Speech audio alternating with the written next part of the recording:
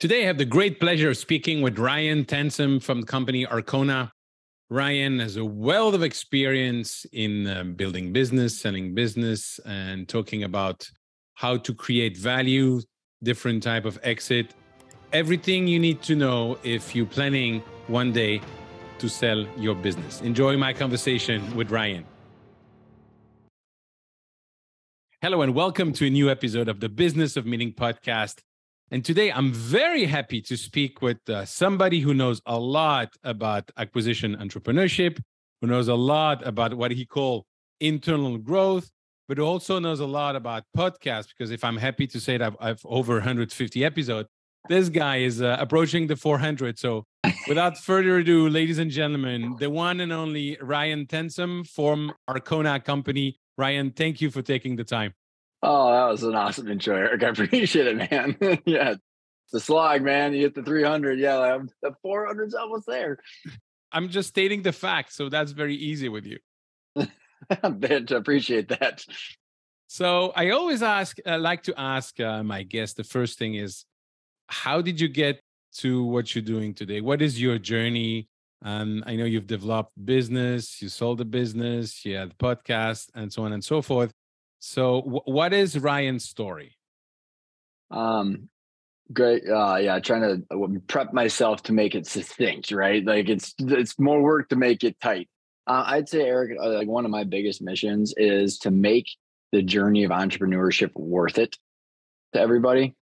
Because it's different for you, it's different for me, it could be different for everybody. And I couldn't articulate that succinctly years ago. And all of what I'm doing now with Arkona, we've got an education business and as well as a services business that helps people in their financials. We don't have to get into that if you don't just yet if you don't want to, but that all spawned off of my experience growing up in a family business. My dad started it from the ground up in the early 90s. I mean, mortgaged our house about $250,000 of old Panasonic copiers, never looked back, had 30 days to sell them, and he did. And so wow. He took that. I grew up, Eric, at like 9:00 at night. It was like I get to play when I was like in elementary, middle school, like what was going on. And I watched him take that from one employee to 21 million, 115 employees.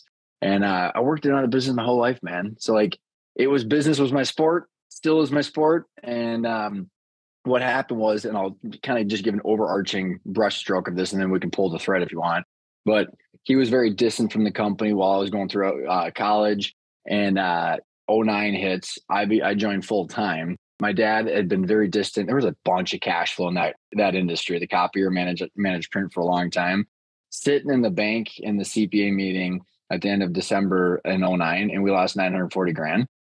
So he had been out of the business, and we had a choice. Do we double down and make this worth it for someone, one of us, hopefully, or do we fold shop? And we did what most people listening would do, is roll the dice again, load up those personal guarantees. And so over the next 5.5 years, man, we sold 2 branches for cash. I built out the managed IT services and the software automation. Then we rolled out a new ERP system. We replaced about 60% of the employees, rebranded. So we were the B2B tech players, all while juggling a $240,000 payroll every 2 weeks. So I got to this point where my dad and I were like, my dad never wanted to get back into the business, Eric. I mean, it was like, I want out. Now it's out of what? And we can get into that if you want. But we got so trapped, couldn't get any clarity after talking to all of our advisors. Decided to sell it in 2014 because we couldn't align our goals, couldn't align the strategies. The day we sold, I had to go back, and the buyer came in. It was in 2014, and we had to let essentially 60% of our employees go. Oh, wow.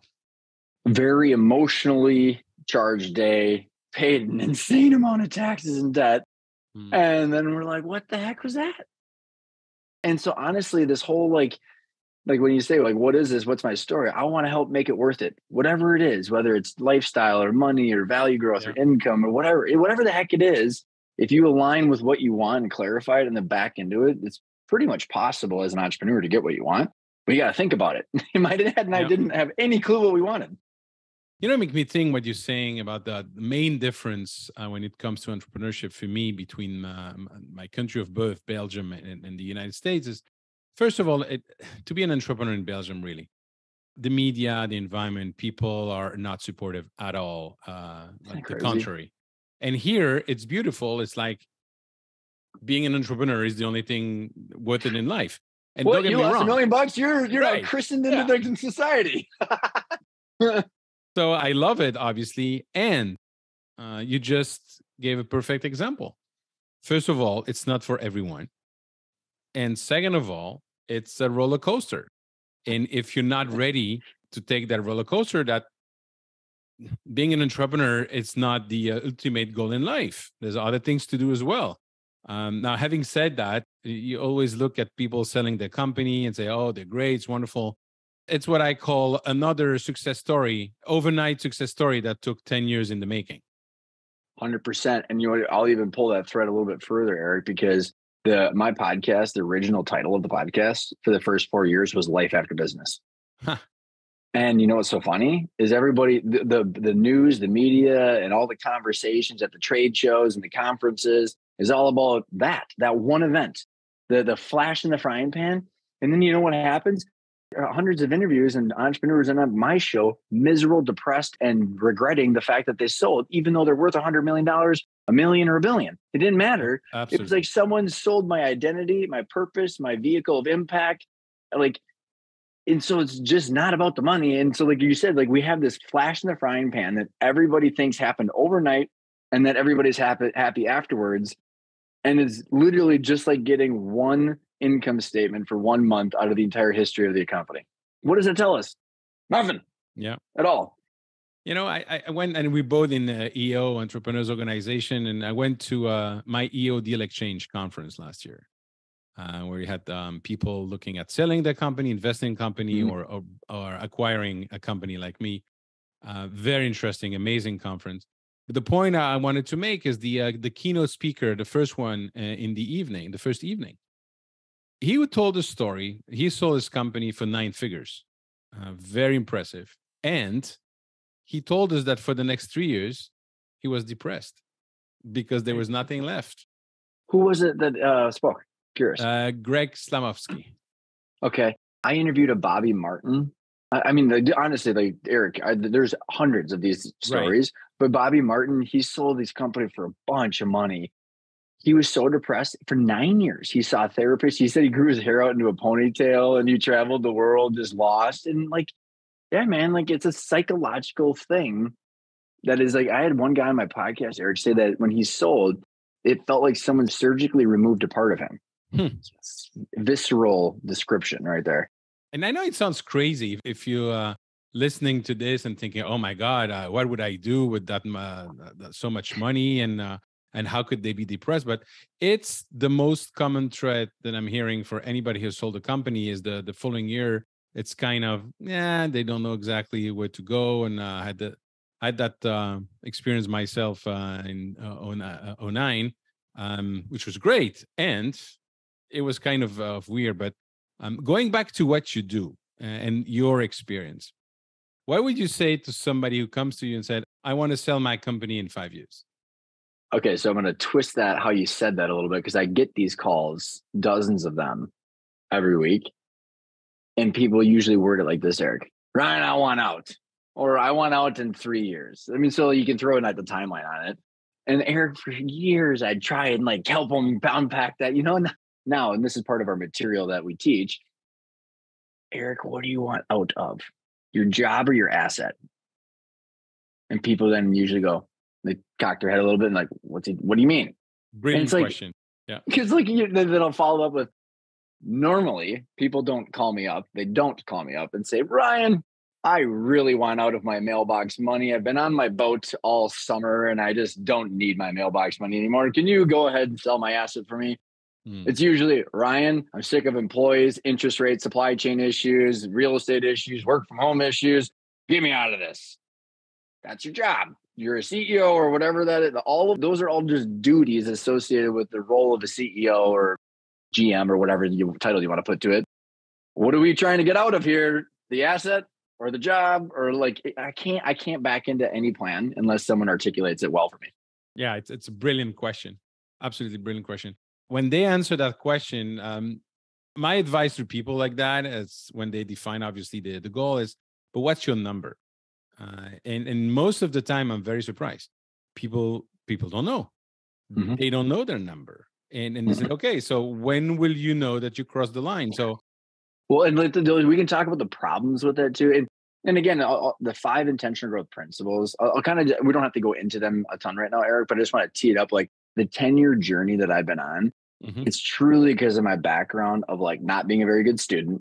Why are we here? Why are we doing this? Why? And teachers generally didn't have a good answer for me, or nor did my parents. So then I just like, if I don't understand why, I won't do things. That's my weakness, but also biggest strength. Because if I know why, I will run through brick walls to get to my outcome. And I think most entrepreneurs are like that too. So these 5 principles are a way of simplifying the world that we live in. So the decisions that are flying at us, Eric, of should we reinvest or take more money out? Should we sell or not sell? Should we buy that company? Should we tap our line of credit? Should we hire that CEO? Should we buy more inventory to keep going? Like, well, I don't know. Right? mhm. It's like the way I like this when people ask, and even in our EO forum groups, which is why I love the EO format of the Gestalt. Like we don't tell anybody, we don't shoot anybody, Right. because like, hey Eric, should I buy a cabin? How in God's name would you know if I should buy a cabin? Do you have any idea whether I can afford it, whether I like that, whether that's my kind of lifestyle, whether I have the time to go there, whether I'm going to rent it out?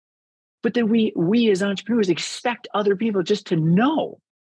So these 5 principles are a way of crystallizing and synthesizing those questions. So going back to your point about knowing your number, that's really associated with principle number 2 of your financial targets. But I want to, even before jumping into any of the principles, Eric, it's like these layers of concepts that I like to throw on is when I do my presentation. So I speak for EO as well as for Vistage and some of these other places. And I say, like, first of all, I'm going to ask 2 questions.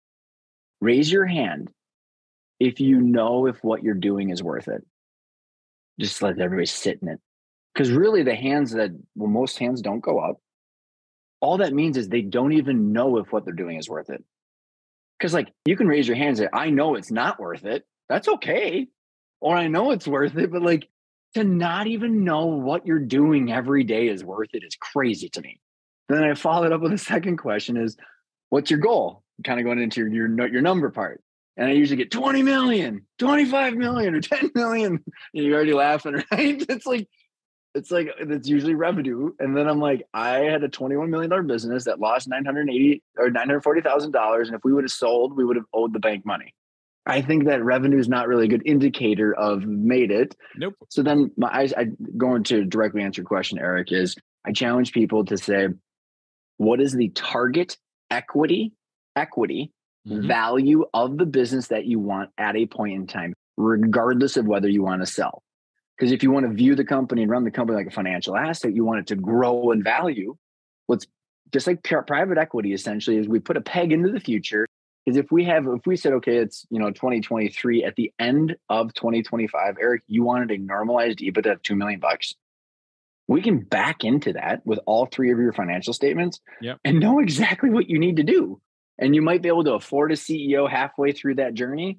And we'll be able to know, if we're tracking and measuring that valuation, that you're financially free halfway through. So like you're just measuring and monitoring the value of the company by reverse engineering that equity valuation that you want. And going back to your original point, it's the equity valuation, more so the net proceeds. But you can get the whole company rallied around a target equity valuation, because Mhm. more value, everybody's better off. So I think it's like that reframing of what is the goal? Is it the right goal? And then what do we have to do on the way there?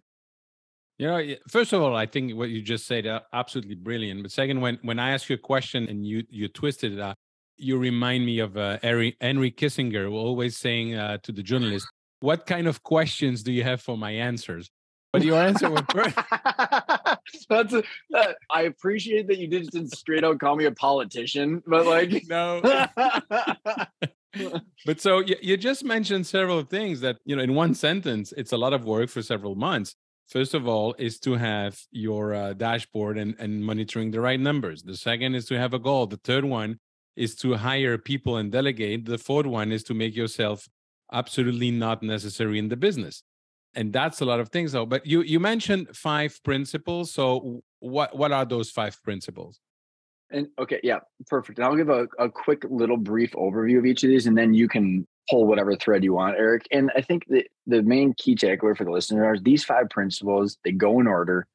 And the purpose of them, I built them for myself first and foremost years ago, is because I get these questions. Should I sell? I don't know. Like, should I do this? Should I do that? And there was no way to synthesize that question. So really the 5 principles bring the point A is where you're at right now. The point B is that target valuation that you want. And then it's like, how do we grab all of these topics and swirl them and point them towards that goal? That's what the purpose of these 5 principles are, is to get that clarity. So the first one, and they go in order, like I said, we're stacking these topics on top of each other. The first one is your vision. What do you want from the business and why? What do you want out of your leadership role? What do you want out of the stakeholders of the company? What do you want out of going back to the identity? I have this thing called the vision wheel in our training. What is the integration of the business with different areas of happiness out of your life? Social connections, community, impact. So first principle, what do you want from the business and why? That's intangible. Lifestyle, experience related. Second one is your financial targets. So there are 3 financial targets. And the reason the financial targets are next, it's like, you might want all these things, but you might not be able to afford them. But the beauty of owning and running a business in America is you can actually engineer the exact outcome if you're focused on the right thing. So the 3 financial targets, Eric, the first one is your target annual income. So this is where the 3 financial targets snap the visibility of that company as an asset into your life. So if you wanted to maintain 200 grand in income for the rest of your life, let's say right now you're making 125 out of the company as a salary, maybe 75 grand is coming from distributions, but you wanted to maintain 200 grand for the rest of your life. That's the first financial target, or the first financial target. Second one is, what's your outside net worth? That's important because it'll impact your options. If you were worth $100 million outside your company, you don't need to sell it, man. You don't have to do anything. It's called choices. But what the second financial target does, Eric, is it puts our point A into perspective.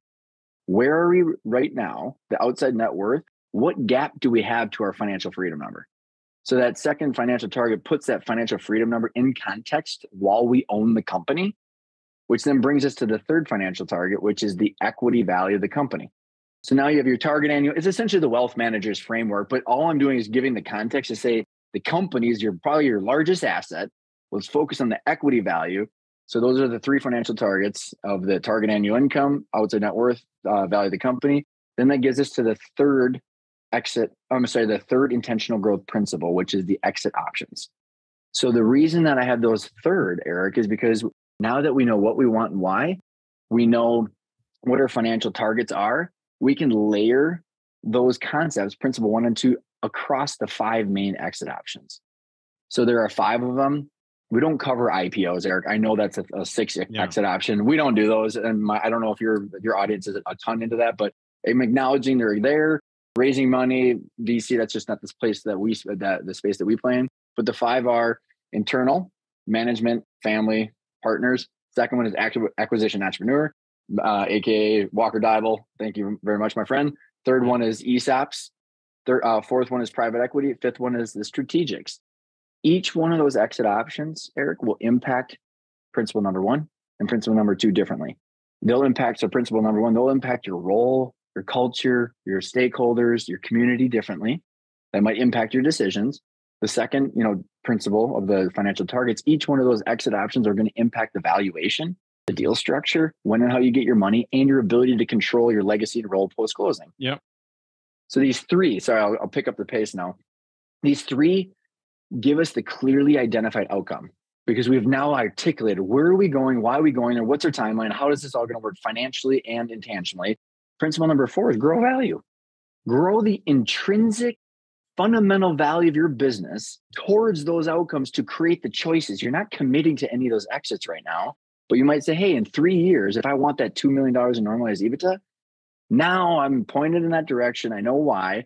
So in the 4th principle, it's about creating sustainable, predictable, and transferable cash flow.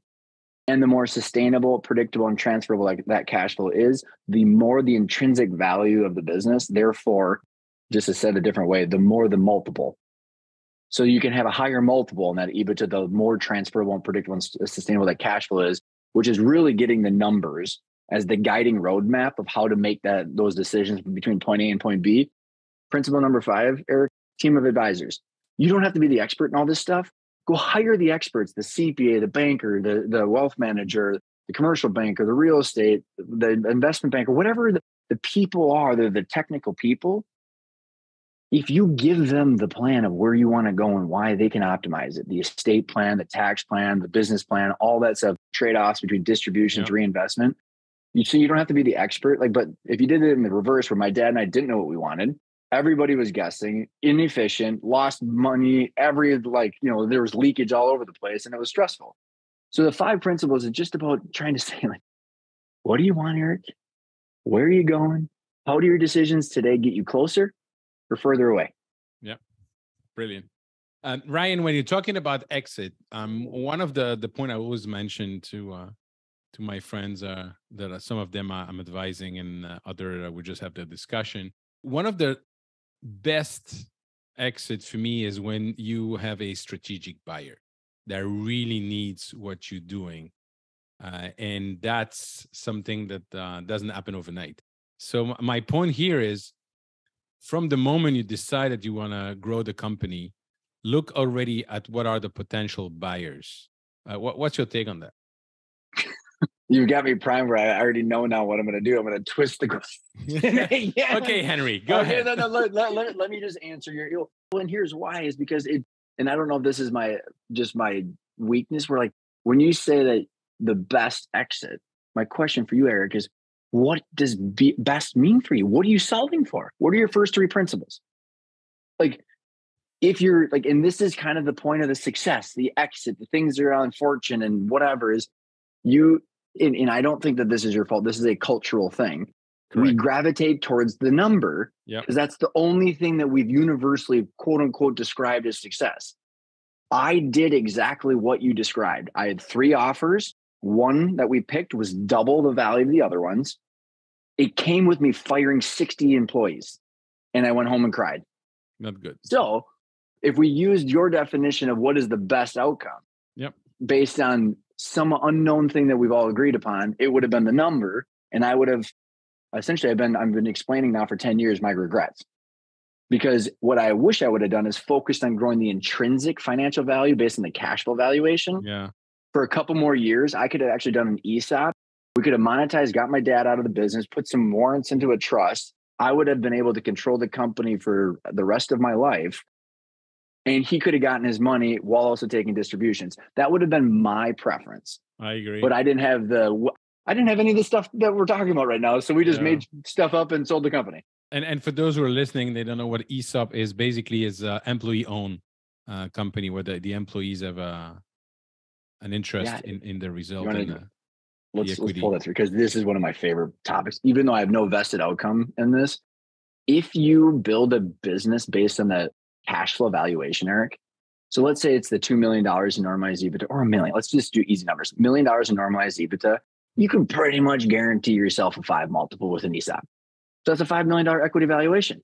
So if you, instead of an 8, where someone might fire half your employees and fire you, let's say you actually liked your job. So I know we have to take some assumptions in, but if Eric likes his job, loves the company, he just wants to monetize and get some liquidity, you can sell your company. Let's say it's 100% ESOP. In that $5 million, you can get $2.5 million up front from the senior lender.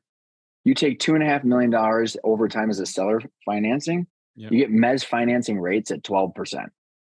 You can actually put some of those in the form of warrants, which essentially is almost up to 15% of rolled equity back into your own freaking company. And you get to be the CEO with the paycheck, making all the decisions. And as the CEO, you get to reinvest back into the company with the vesting with the ESOP. So, I forgot the best part. Once you're in ESOP, you don't pay any taxes. So on $1 million in cash flow, I live in Minnesota, I'm paying like $350 in taxes.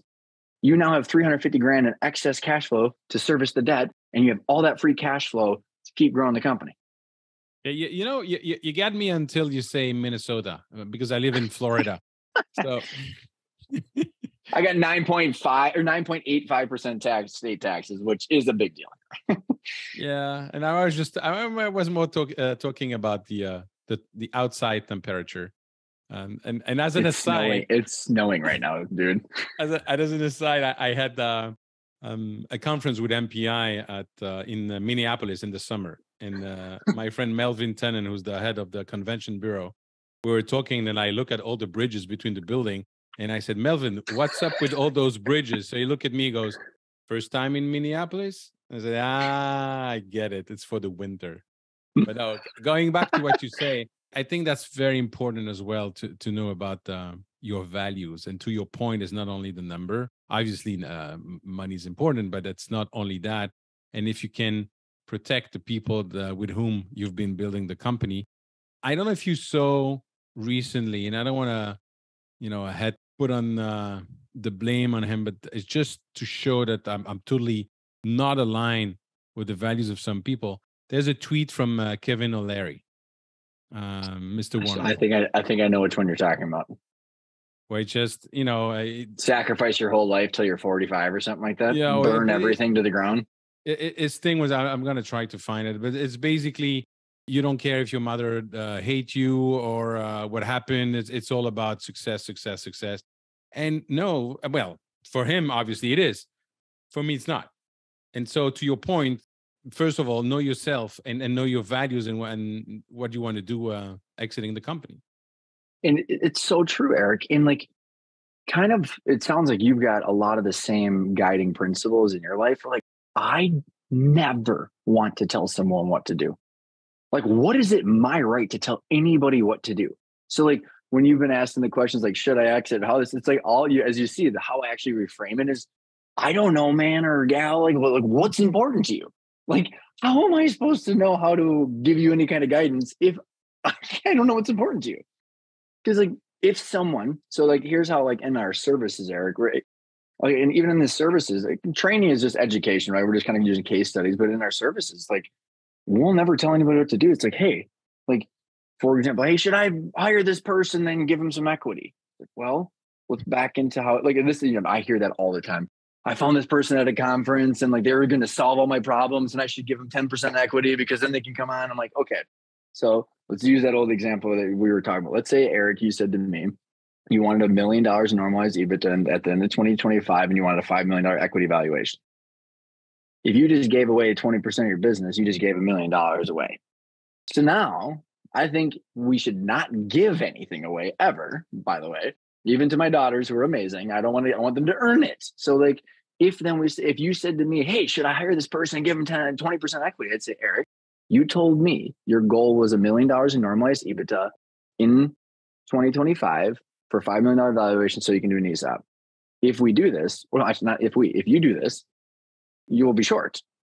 So, and you will have to push out your goal timeline or reduce your valuation that you want. Or we could reframe that and say, hey, if this guy, John, comes on board, you need a $6 million valuation because John said it was $1 million that would make it worth it for him or her.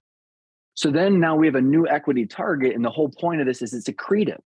So like, and again, like, I don't care if you want to sell and gut the whole company and sell it to your competitor for the IP.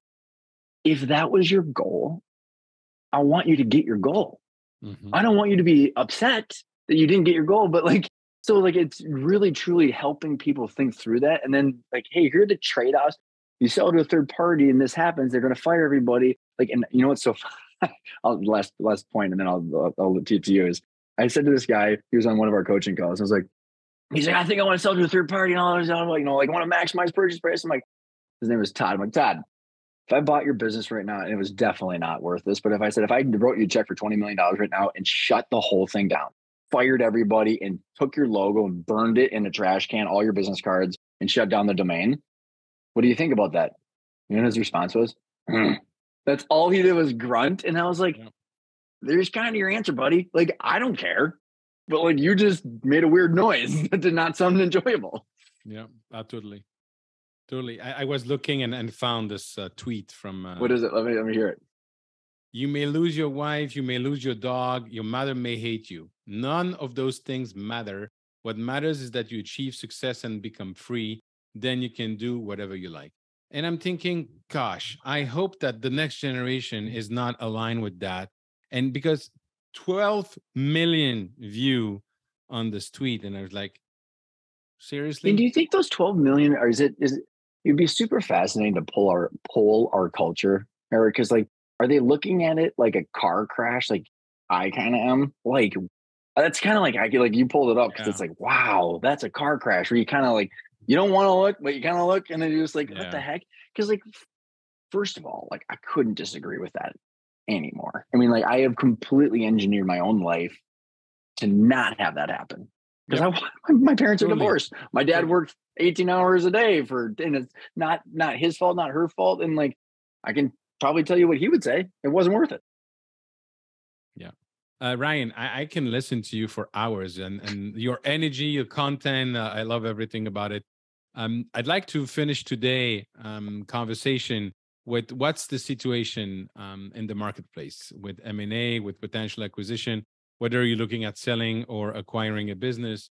Obviously, there's a tsunami of baby boomers retiring. We both know Walker Dybel that you kindly mentioned. Love him and what he and Chelsea Wood are doing with the acquisition lab. But what is the situation today? On one hand, you have all those people that have a business to sell or they want to retire. On the other hand, you have private equity and venture capital that are sitting in pile of cash. What do you see in the market? How much time we got for this answer? I, You just said I want to wrap up a little bit. So I just say last question. yeah, okay, you're right. You're right. Fair enough. So I'll give some anecdotal comments, and then I'll start it with I just a week or two ago released. We're doing quarterly economic and M&A updates on the podcast, Eric. So I have ITR Economics, Butcher Joseph, who is a middle market investment banking firm, and the Center for the Middle Market, who surveys 1,000 business owners. Where I interview them about what the heck's going on for like a couple hours, a couple different segments. So people enjoy this. Like I'm getting it from other really, really smart people. But I'd say, Eric, what I've seen from the conversations, like you mentioned, the interesting thing about like what's happening with real estate because of interest rates. I mean, there's a direct correlation in the private equity and acquisition and like interest rates. I mean, I saw this math equation around commercial real estate and like how cap rates have adjusted, and like you can't pretty much buy or sell anything below a 7.5 underwriting because they'll immediately wipe out their equity.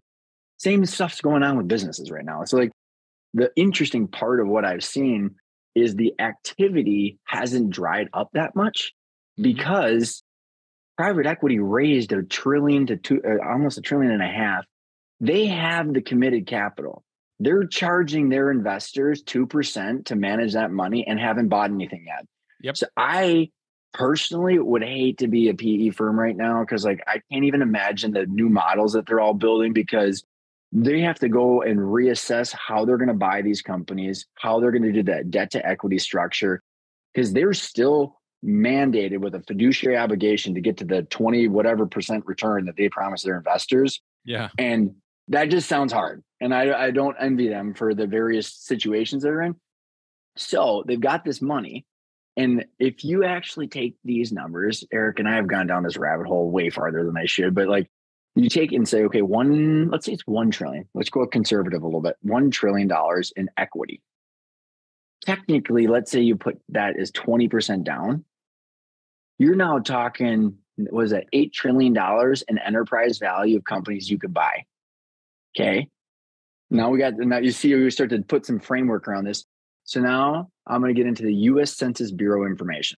And I could send this to you if I don't know if you want to put this into your show notes, but so there are 27.7 million privately held companies in the entities in the country that employ, it's 150 million Americans.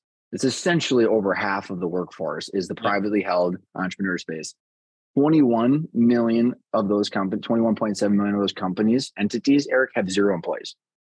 So that leaves 6 million privately held companies. And there's a point to this because I think that this is what's driving M&A activity as well. But I'm kind of putting this macro picture on this in this container. So now out of these 6 million companies that employ essentially 130 million Americans, only 20,000 of them are over 100 million in revenue. They employ 56 million Americans. So if you take over 100 million, Like all these PE firms want the top. Well, how many of those are really for sale? How often each year? And how, like, the bidding war for those. So then you go, okay, let's go to the next rung lower on the ladder. Between 5 million in revenue and 100 million in revenue, there are roughly 350,000 companies that employ 30 million Americans. So we have essentially less than 4% of the companies that are above 5 million in revenue that employ half of the privately held workers in the US. Then you get below 5 million in revenue. There's 5.6 million companies that employ 36 million Americans or something like that. Okay, now let's just take this picture now. And so first of all, the average age of these owners is 65 now. Going back to your baby boomer, tsunami, all this stuff. So I'm tracking all this stuff. So we have a bunch of dry powder, capital that needs to buy companies, $1 trillion in equity, levered up with debt makes it 8 trillion. Where are they going to buy these? So now we go, okay, well, there's only 20,000 in the top echelon. Then there's, 300 and some thousand in the middle that half are backed by PE firms probably now. I don't know what the mix is, but it's not a bunch, right? That's only 20,000. Right. And there's 16,000 PE firms now in the US. There was only 6,000 like 6 years ago. So now are you tracking me, Eric? Because I'm just thinking that it reminded me of, when I was studying in business, you have 3 equation with 5 unknown numbers. It's crazy, dude. It is. And so now, here's what I don't want, because I'm usually the opportunistic person. But I'm trying to have someone challenge me and answer this the right way that makes sense to me. Not to say that I don't care if I'm right or wrong. I want to find the truth. Right. So if we take the 5.6 million companies, which is 95% of the companies, privately held companies in the US, and we're talking about this $10 trillion baby boomer wealth tsunami. Well, we have just discussed, based on the US Census Bureau, that 95% of these companies are below 5 million in revenue. We probably can assume that the Pareto principle applies to those 5 million, but let's say all of the 5.6 million companies are 5 million in revenue. We probably know they're probably 1 million, but let's say they're all 5 million. Let's say they're 10% in EBITDA, Eric. That's 500 grand. Anything below 5 million in revenue means you're probably getting a 3 multiple. Let's be generous and give them a 4. And I'm doing the average. I'm not, I know there's SaaS and there's manufacturing, there's garage door, but let's just, for assumptions, to give us a picture, let's give them a 4 multiple on 500 grand. That's $2 million. There's a 95% chance it'll be an asset sale, ordinary income, debt, taxes, inventory. Let's assume they make 1.2, maybe, off of that 2 million, depending on the debt and the taxes. But let's say it's 60% is what they take home. So they take 1.2 home. They've been making 200 grand for however long. Do they have $4 million outside the business to maintain their income? What freaking tsunami is everybody talking about? We have 5.6 million jobs with 10 assistants at these companies. And I'm not being derogatory towards these entrepreneurs because that's where I came from. But I'm just trying to assess the facts that the cash flow debt service on these internal transfers and acquisition entrepreneur buyouts with SBA loans mathematically does not work for these retirements of these people that need to transition. So I'm sitting here going, we have 1.5 million in wealth or a capital that has been raised to buy companies of the 4% of the market. So technically we have an $8 million enterprise purchasing power to buy these companies that there's only 4% of the market. Yeah. So it's a problem for those who wants to sell, but it's also a problem for those who have invested in private equity, because in all your explanation, there's one thing that you mentioned in the beginning. They have committed for 20% growth. Oh, 20% upside. And they're charging 2% of managing that money without buying anything. Yeah. So going back to I'd say check out that episode I did with ITR Economics and Butcher Joseph. We get into, so naturally the private equity firms are readjusting all their models. They still have to spend all that money. So it's not like the public markets where all of a sudden there's no IPOs because it just dries up. This is like, hey, you raised the money. You got to go buy these companies because that you promised to. But then, so they're going to readjust all their models. The prices are coming down, higher amounts of earnouts, more equity, less debt. Banks don't, the credit facilities of the debt, all that's compressing. Strategic buyers are actually now neck and neck with PE firms, even though PE firms are buying, because strategic buyers are sitting there going, we can't get the growth. Let's acquire the growth. Yep.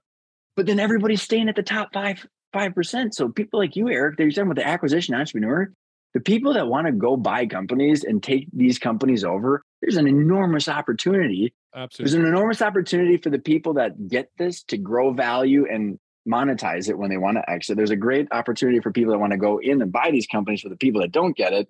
I don't know if that's a long-winded answer. That's why I said how much time we got, but no, but it's a great answer. And I love your approach. First time I'm hearing about it, and it makes total sense to me. So thank you for that. Please do send it to me, so I'll include it in the show notes for sure. Ryan, it's been a true pleasure. I'm glad we got connected. I'm glad I was able to talk with you today and listen to all your explanation. As tons of value. So thank you so much. I hope to meet you at a next EO conference for sure. And before we leave, how could people get in touch with you? The website's the easiest place, arkona.io. It's ARKONA.io. All the podcasts, all the videos. We got some checklists and all that different stuff on there. So plenty of content to consume. And I appreciate you having me on, Eric. You're very good at this, and it's been a lot of fun. Thank you. Ryan, thank you very much for taking the time to speak with me today.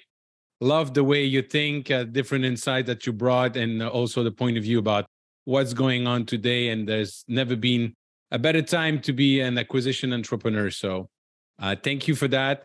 Ladies and gentlemen, if you want to connect with me, please follow me or connect with me on LinkedIn or join my Facebook group, www.eventbusinessformula.com/group. And if you had any value listening to this episode, please share it with your network.